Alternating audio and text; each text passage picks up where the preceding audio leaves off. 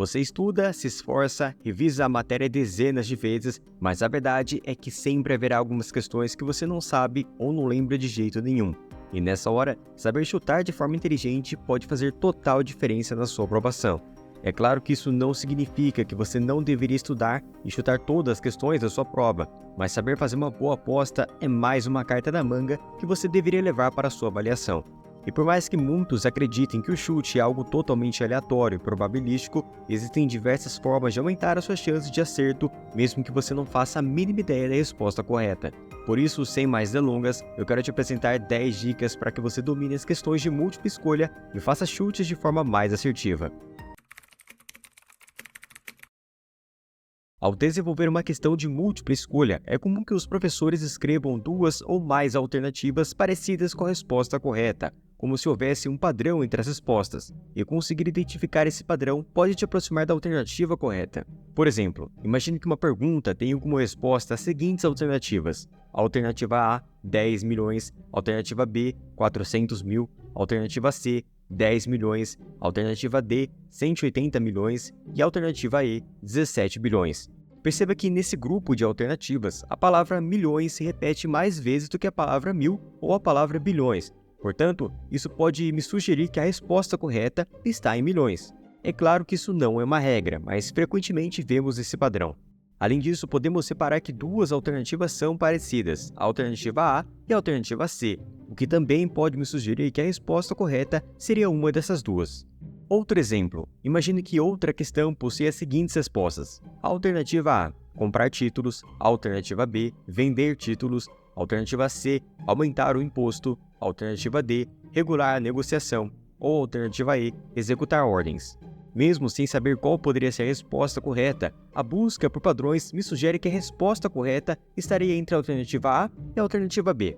Primeiramente porque as duas estão falando sobre títulos, enquanto as outras alternativas estão falando sobre imposto, negociação e ordens. Em segundo lugar, porque as duas primeiras alternativas são contrárias, então isso me indica que se uma estiver errada, é bem provável que a outra esteja correta, levando as minhas chances de acerto de 25% para 50%.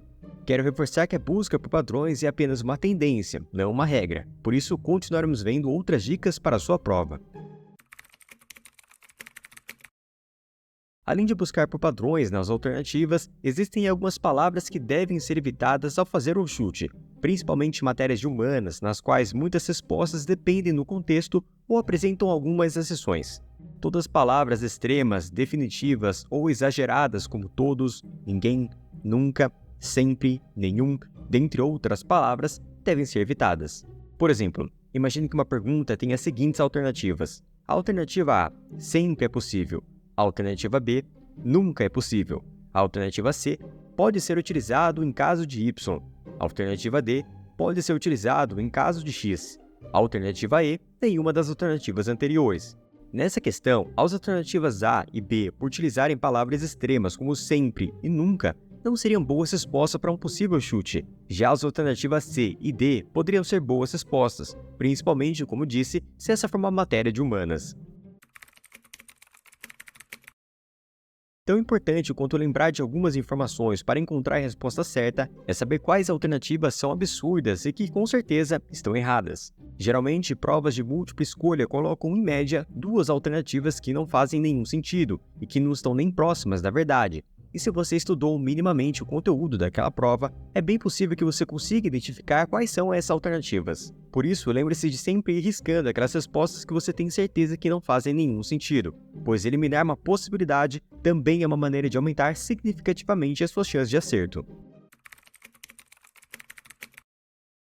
Provas feitas por sistemas com alternativas embaralhadas e aleatorizadas tendem a fazer uma distribuição similar entre as alternativas. Ou seja, se a sua prova tiver 5 alternativas possíveis e 100 questões, possivelmente haverão 20 questões corretas para cada alternativa. E como que você pode usar isso ao seu favor? Enquanto você estiver fazendo a sua prova, encontre algum espaço para você ir escrevendo qual alternativa você colocou em cada uma das questões. E no final, conte quantas você assinalou A, B, C, D e E. Se você perceber, por exemplo, que faltaram muitas alternativas C e que existem 10 questões que você não faz a mínima ideia, chutar todas C também pode te ajudar de alguma forma. Isso só não se aplica quando a prova é feita por um professor específico, sem a aleatorização das alternativas. Mas para concursos, provas de certificação, Enem, vestibulares, isso também pode ser mais uma carta na manga.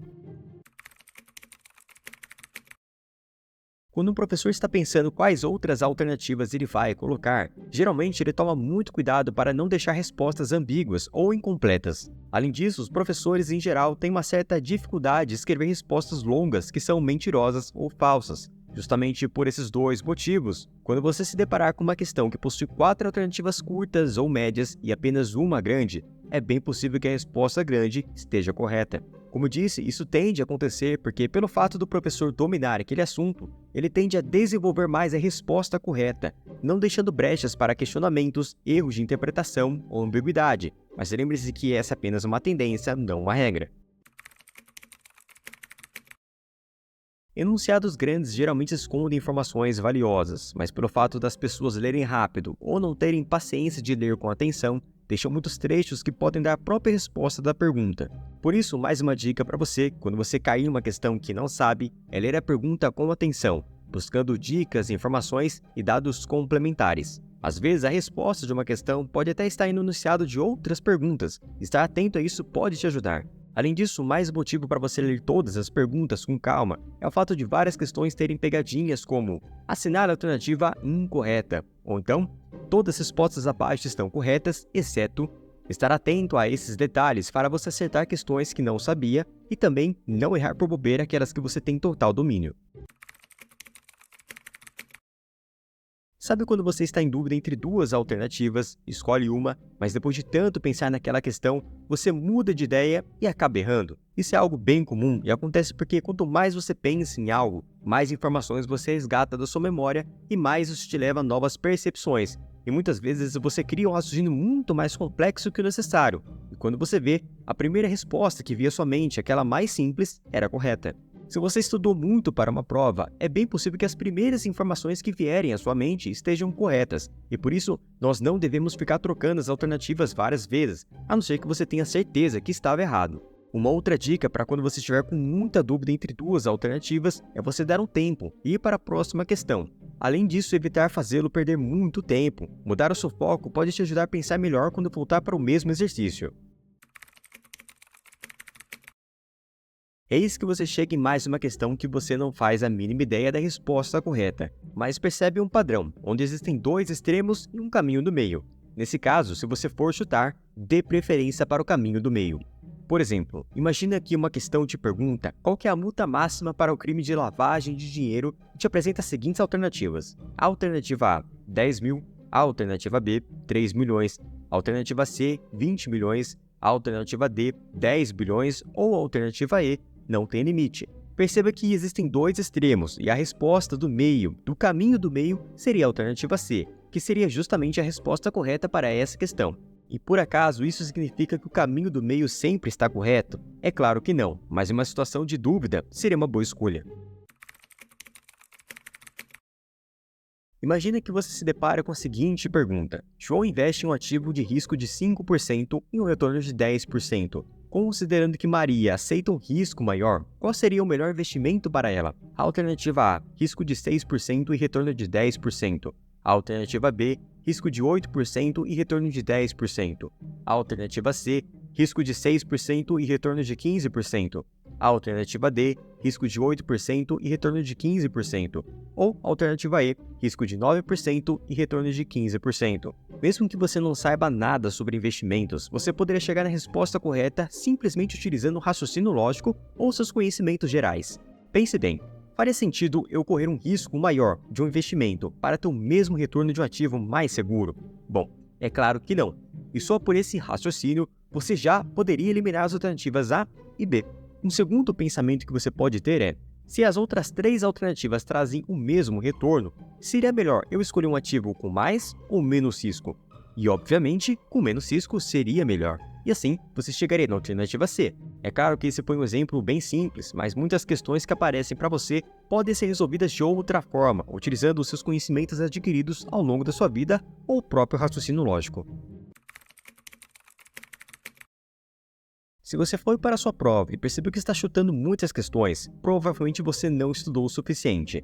E a verdade é que até para você chutar de forma mais assertiva, você precisa estudar. Por isso, caso você queira aprender como realmente estudar, reter os conhecimentos, utilizar as melhores técnicas de estudo segundo a ciência, regular a sua rotina e entender como seu cérebro funciona para ter uma vida melhor, clique no primeiro link da descrição para conhecer a comunidade Kaizen, a minha comunidade VIP. Muito obrigado pela sua atenção e até o próximo vídeo.